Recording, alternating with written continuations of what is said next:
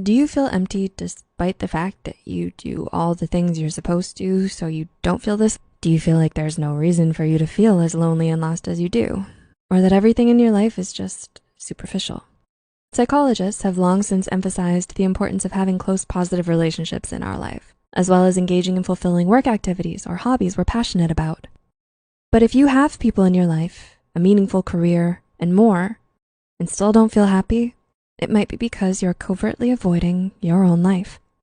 What is covert avoidance? In her mental health blog, The Crappy Childhood Fairy, wellness coach and CPTSD resource provider Anna Runkle defines covert avoidance as an elusive and deep-seated form of avoidance, common for people with adverse childhood experiences such as abuse, abandonment, and emotional neglect. Covert avoidance isn't obvious to other people, and sometimes it might not even be obvious to you. That's why those who have it can feel like they're doing everything right, but still, nothing can give them the sense of happiness or meaning they're looking for.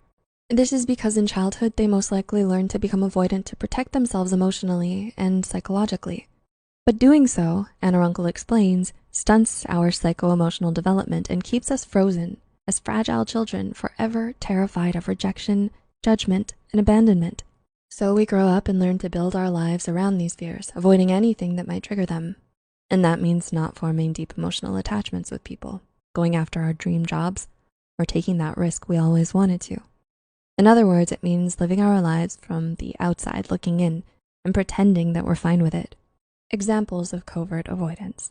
According to licensed psychotherapist Matthew S. Boone and Dr. Jennifer A. Gregg, covert avoidance behaviors give us temporary relief from anxiety, shame, and other uncomfortable feelings we've carried with us since our childhood trauma. But it's an unhealthy form of coping that can have detrimental and unintended consequences. Examples of covert avoidance include feeling like you're tired all the time, but can't make healthier choices like going to bed earlier or exercising regularly.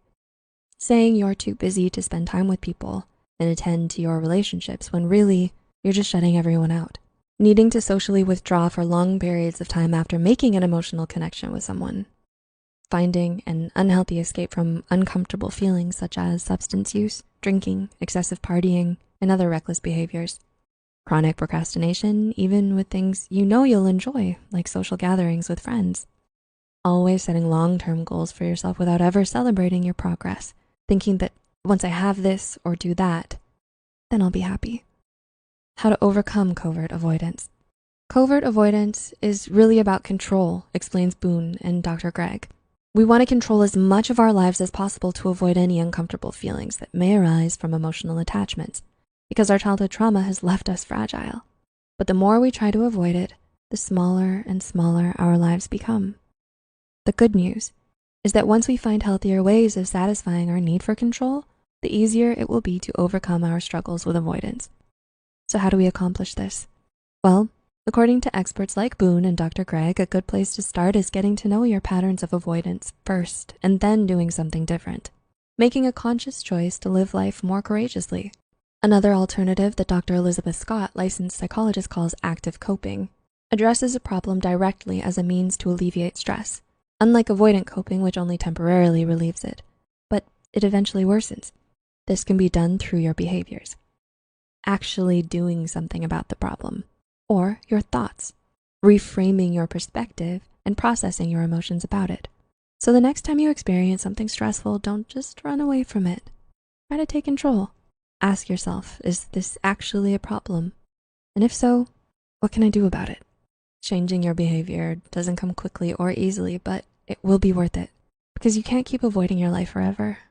Avoidance is a temporary and ineffective solution that will only leave you feeling more vulnerable and alone, says psychologist Dr. Janice Webb. And the longer you stay stuck in it, the more power it will hold over you and your life. So now is the time to take back control and stop doing things out of fear, and instead start building a more meaningful life for yourself, one small step at a time. So, what are your thoughts on this video?